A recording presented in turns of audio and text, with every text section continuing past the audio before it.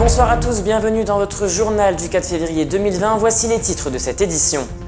Une comédie très appréciée s'est tenue au Fuseau à découvrir dès le début de ce journal. Je vous propose de partir à la rencontre des joueuses d'une équipe de basket.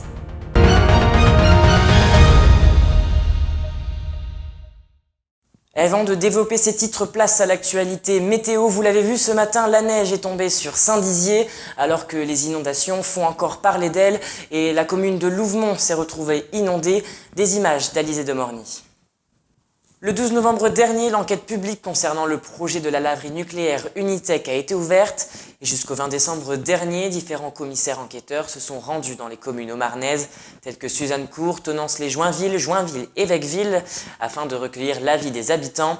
Et récemment, le rapport de l'enquête a été rendu public, précisant un avis favorable pour ce projet, ce qui révolte de nombreuses associations, et parmi elles, celle de Belforêt-sur-Marne, et bien évidemment contre ce rapport. Écoutez sa représentante Michèle Labouille. On a été scandalisés. Les associations qui luttent depuis le début contre le projet et les habitants, quand on a appris l'avis favorable, on ne s'attendait pas à ça, parce que nous, on avait suivi l'enquête publique tout au long de son déroulement et on voyait que les avis qui arrivaient en ligne à l'enquête publique étaient quasiment tous défavorables, à plus de 90%. C'est-à-dire on a eu 712 avis et il y en a eu, 690 défavorables, émanant de nombreuses personnes, émanant déjà de la population. Celle qui a écrit en ligne, mais celle aussi qui s'est déplacée dans les permanences à Vecqueville, à Tonnance, à Joinville, des gens du coin, des gens du terrain. Ils sont venus pour dire on ne veut pas de cette laverie. Il n'y a pas eu que ces gens, il y a eu aussi des scientifiques qui se sont exprimés, des hydrogéologues indépendants, on va dire, pas ceux de l'ARS ou pas ceux qui ont été consultés par les cabinets, par Artelia et Unitech, non, des experts indépendants. Et des gens même qui travaillaient pour le nucléaire, des hydrogéologues, des experts des milieux aquatiques, ex-employés du ministère de l'Environnement. Tous ces gens-là ont fait des contributions à l'enquête publique pour dire leurs craintes, leurs inquiétudes par rapport au dossier qu'ils avaient étudié. Contrairement à ce que disent les commissaires enquêteurs qui disent que les gens ont suivi les avis des associations. C'est faux. Il y a des scientifiques qui se sont expliqués. Il y a également des instances officielles comme Seine-Grand-Lac qui a émis un avis défavorable en disant qu'il ne pourrait pas garantir une qualité de l'eau pour la ville de Paris s'il y avait cette laverie. Il y a eu aussi le cabinet Hugues-Lepage qui a été saisi par la mairie de Vecqueville et qui a étudié le dossier et dit quels étaient les problèmes concernant ce dossier.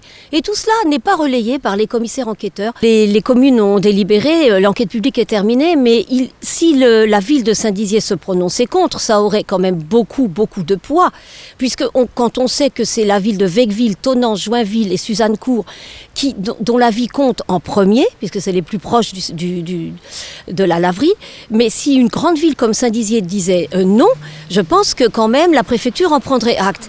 Et ensuite, si non, elle pourrait se joindre au recours juridique qui ne manquera pas d'avoir lieu de toute façon en cas d'agrément de la préfecture.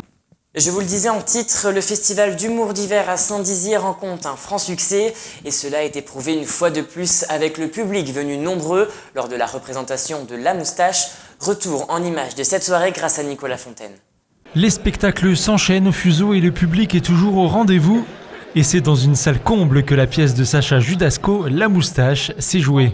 Sylvain Sabourdin se prépare car c'est un grand jour pour lui. Il doit rencontrer son beau-père et passer un entretien d'embauche. Mais tout ne va pas se passer comme prévu. Il fait face à une panne d'électricité alors qu'il était en train de se raser et se retrouve donc avec la moustache d'Hitler.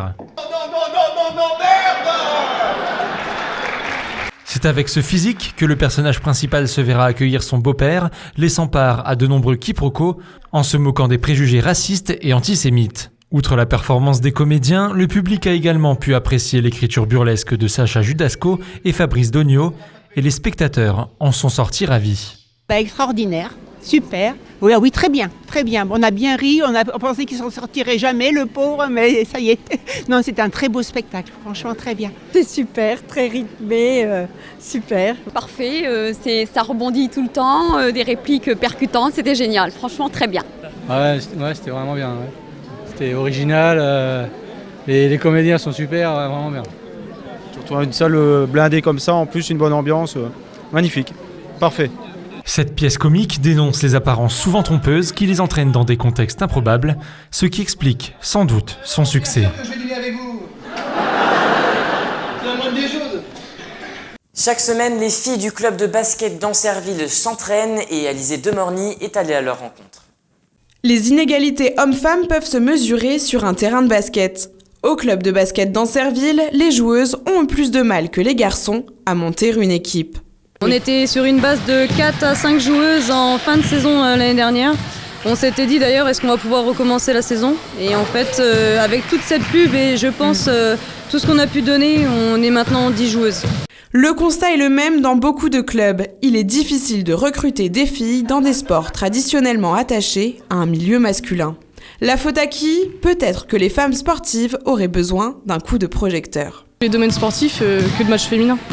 Ouais, par exemple, ce soir, il y a un match de NBA qui se produit à Paris et c'est des garçons, c'est pas des filles. Ouais. Le basket est quand même déjà pas en France aussi populaire qu'aux États-Unis. On connaît déjà moins les joueuses françaises que les joueurs masculins. Je pense qu'ils sont supérieurs aux filles, mais c'est pas le cas. Les filles au basket jouent aussi bien que les garçons.